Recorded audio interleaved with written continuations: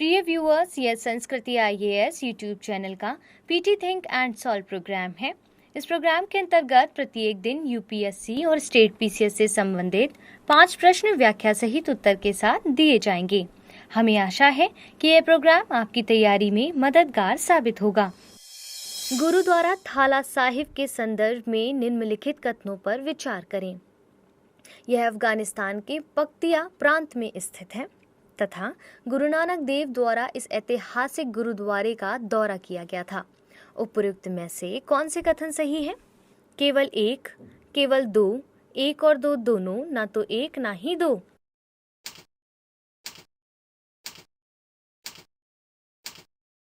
सही उत्तर है option C. व्याख्या को देख लेते हैं।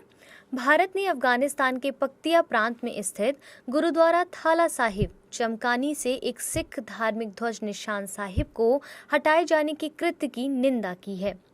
श्री गुरु नानक देव ने इस ऐतिहासिक गुरुद्वारे का दौरा किया था। गुरु नानक सिख धर्म के संस्थापक तथा 10 सिख गुरुओं में से पहले थे।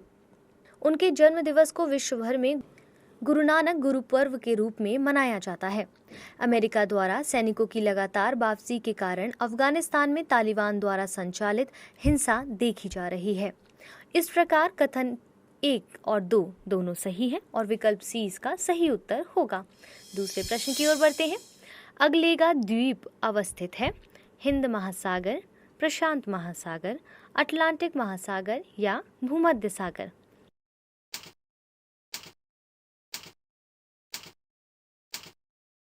सही उत्तर क्या होगा? Option A.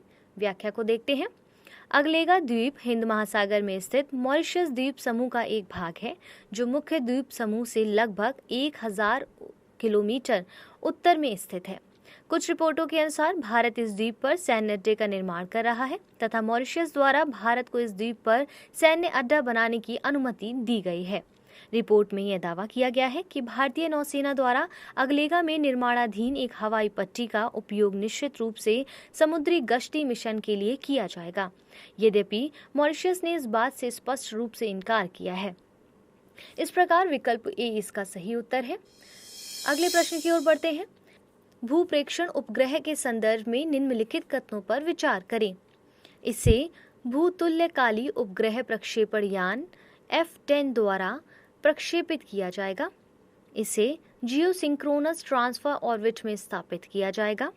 यह जल निकायों, फसलों, वनस्पति की स्थिति, वन आवरण परिवर्तन की निगरानी करने में सक्षम होगा। उपयुक्त में से कौन से कथन सही है? केवल एक, केवल 2 और 3, केवल 1 और 2, उपयुक्त सभी?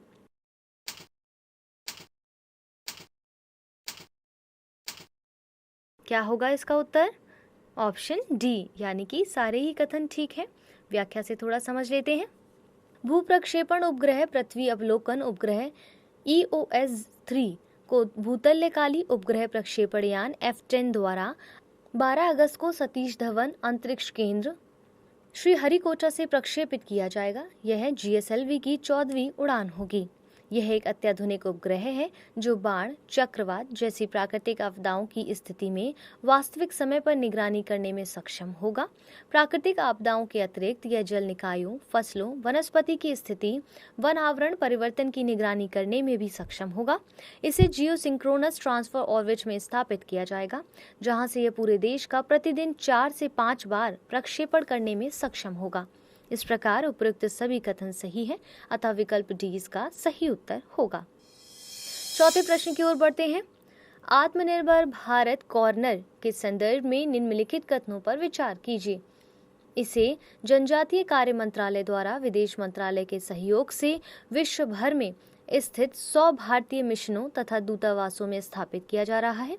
यह प्राकृतिक व जैविक उत्पादों तथा GI टैग प्रमाणित आदिवासी कला एवं शिल्प उत्पादों को वैश्विक ख्याति प्रदान करने में मदद करेगा। उपयुक्त में से कौन से कथन सही नहीं है? केवल एक, केवल 2, 1 और 2 दोनों, ना तो एक ना ही 2।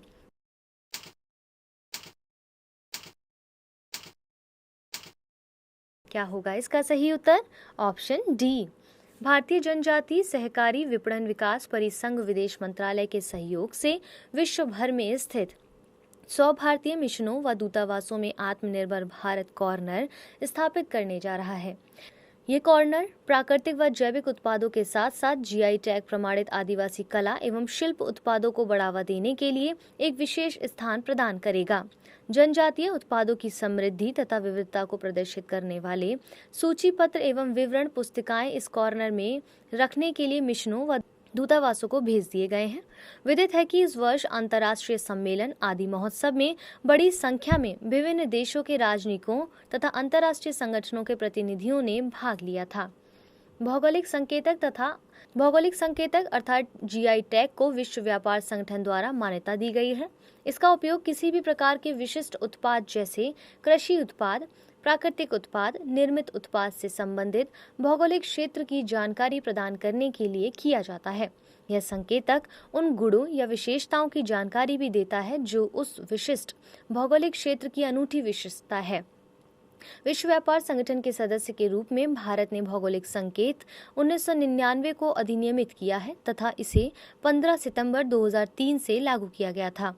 इस प्रकार कथन 1 और 2 दोनों सही है, अतः विकल्प डी इसका सही उत्तर होगा। बढ़ते हैं आज के अपने 5वें प्रश्न की ओर। निम्नलिखित कथनों पर विचार कीजिए। वर्ष 2030 तक भारत में प्राकृतिक ऊर्जा मिश्रण में प्राकृतिक गैस की हिस्सेदारी में 15% तक वृद्धि की संभावना है। तरल प्राकृतिक गैस टर्मिनलों सहित इसके बुनियादी ढांचे की स्थापना को 100% एफडीआई के तहत रखा गया है। उपरोक्त में से कौन से कथन सही हैं? केवल 1, केवल 2, 1 और 2 दोनों, ना तो 1 ना ही 2।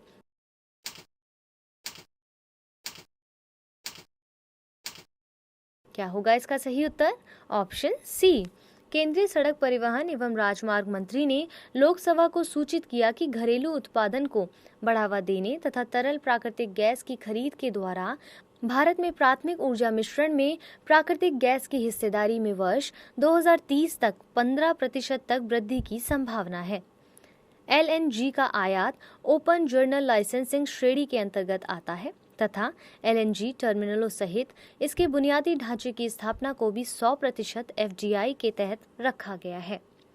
प्राकृतिक गैस के बाजार को शहरी गैस वितरण, गैस ग्रिड नेटवर्क तथा एलएनजी खुदरा दुकानों की स्थापना सहित गैस के बुनियादी ढांचे का विस्तार कर विकसित किया जा रहा है।